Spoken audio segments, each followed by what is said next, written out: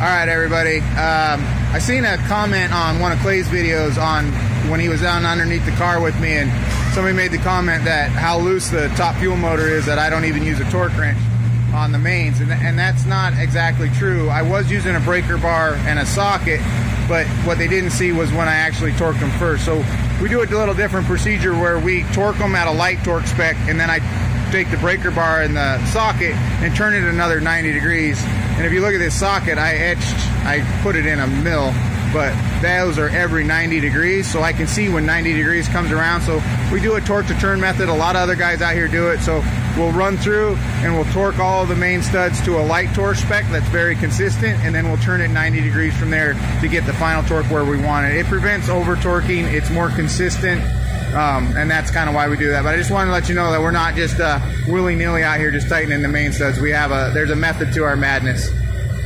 Alright guys, I got a question here from Mark Harper. Asked, what's the procedure to put the car on the high side after the burnout? So I figured I'd enlist Clay's help to give me a hand with that one.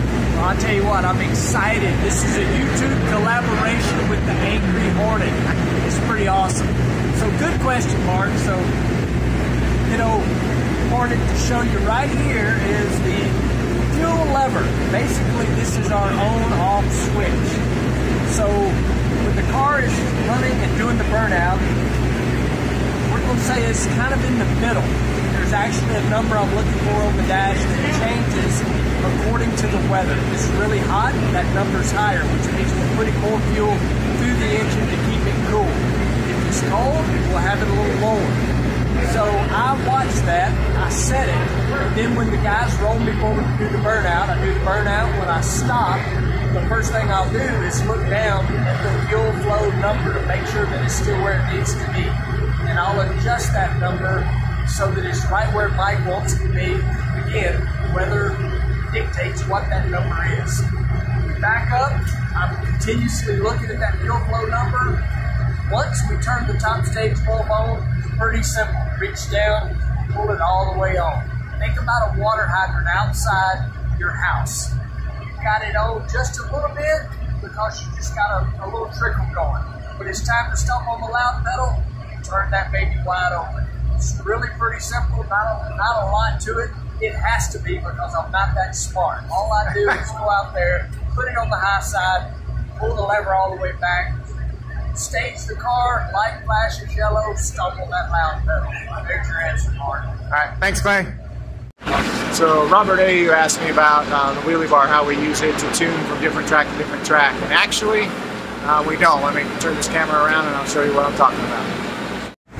So here's the wheelie bar, and then here's our adjuster to adjust the wheelie bar where we want it.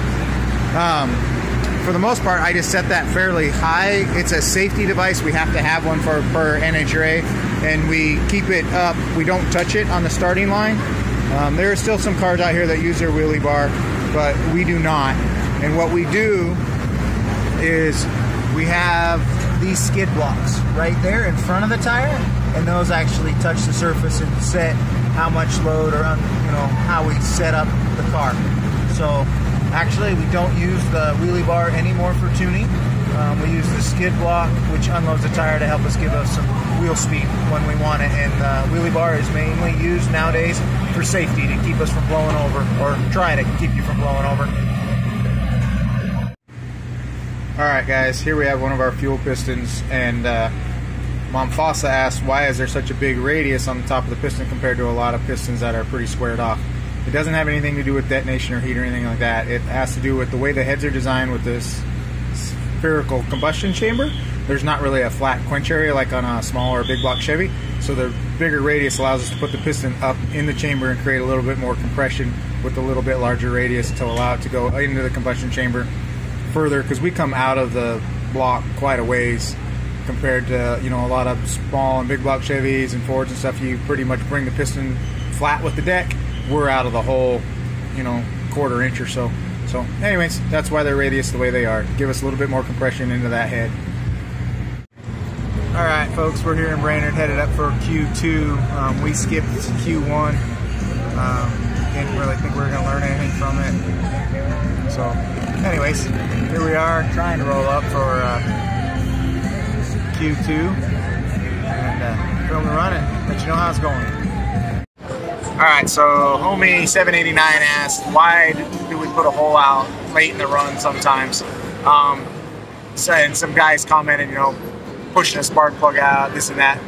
We haven't pushed a core out of a spark plug since I've been here in the last 3 years.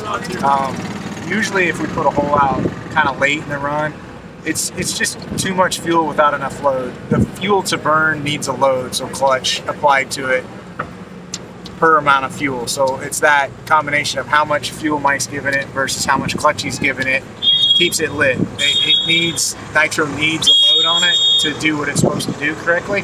So that's why it goes out a lot when you smoke the tires, you put a hole out. You know, if you lift, go to snap back on it, if you blow the tires off, there's always going to be a hole or two out because it doesn't like that. So the same thing, we put a hole out late in the run, it just too much fuel for how much load the engine's seeing at that point in the run most of the time. Generally it's not you know, spark plug related or mag related, anything like that. For the most part, it's all just about load and how much fuel we're giving it. Hope that answers the question. Keep them coming, guys.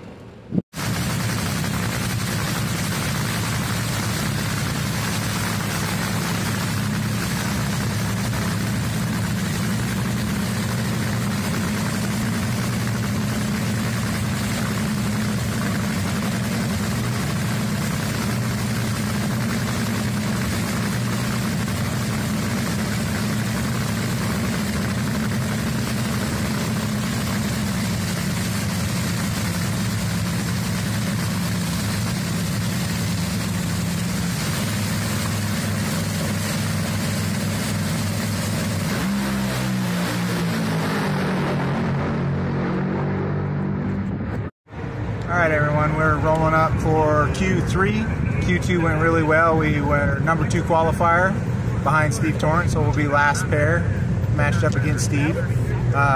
So pretty good. I had to do an engine swap. But anyways, go out here and see what we can do in Q3, but pretty happy with being number 2 with this ladder.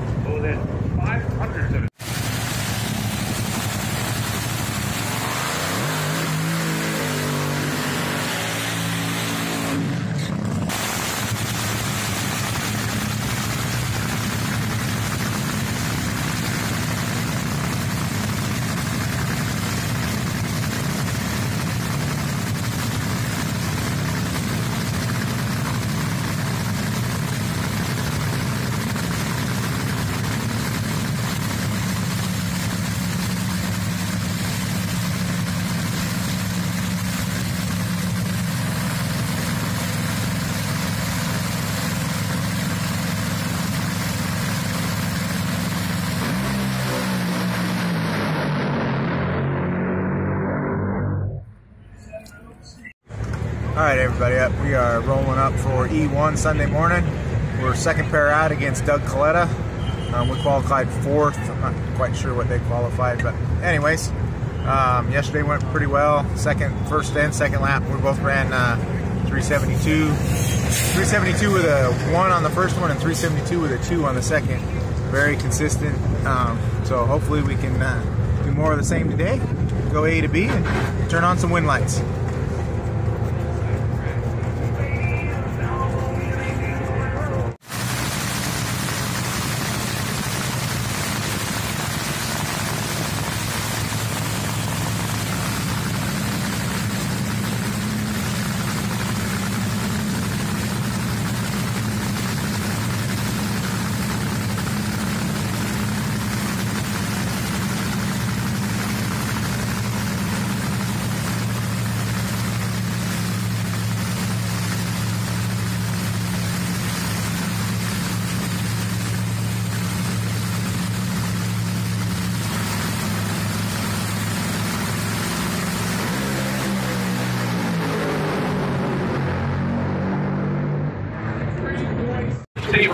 Okay guys, we are in the lanes for E2. E1 went well. Strange thing happened in the middle of service. We found that it hurt a lobe on the camshaft of all things. So we had to do a late motor swap. A little bit of a crash, but we got it up here ready to go for E2 against the Strappers team, Mike Salinas. Anyways, see if we can turn on some more wind lights today in Brainard.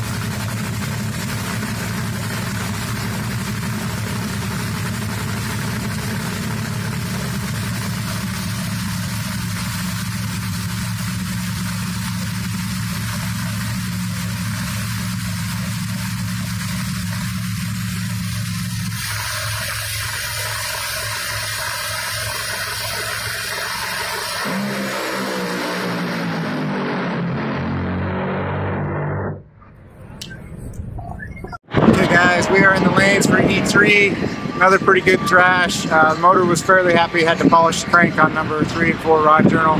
Get it put back together, make it up here for E3 against Brittany. Semifinals. We'll give it a hell of a shot.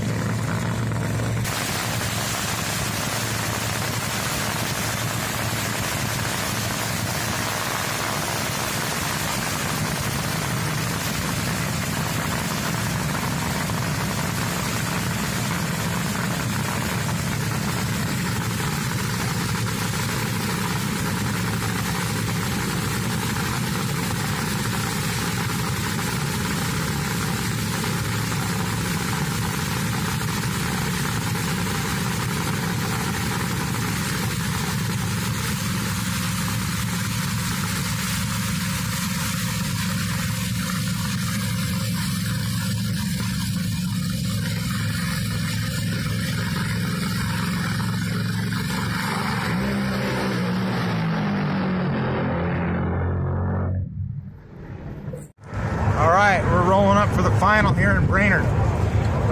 Pretty good service that time. Everybody did their jobs on point. We had to polish number 2 and number 5 on the rod journal. Motor stayed in the car, which surprised us all because we know it put a hole out early and it squirmed on the track. We figured it was level, but it was fine. So here we go. Steve Torrance in the final. See if we can't do something.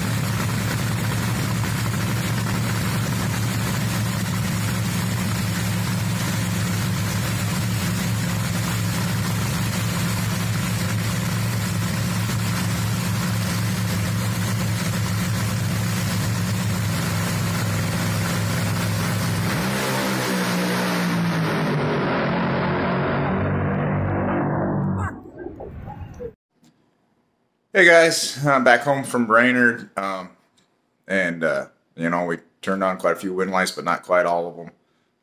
Pretty happy that we went to 2 final rounds in a row, but a little disappointed that we can't close the deal, but that's racing, that's being competitive, that's sports in general. So anyways, we'll go out to Indy and try again. I know the audio on a couple, like Clay's interviews started going weird, and I had audio go weird another time. I don't quite know in my phone or if it's where I'm placing my hand causing the microphone to sound like it's an echo, so I'll try to correct it, but I couldn't for this video, but I wanted you to see the content. So it's kind of why it's there. I know it's there, and I'll see if I can fix it, but I'm not going to buy another phone just yet.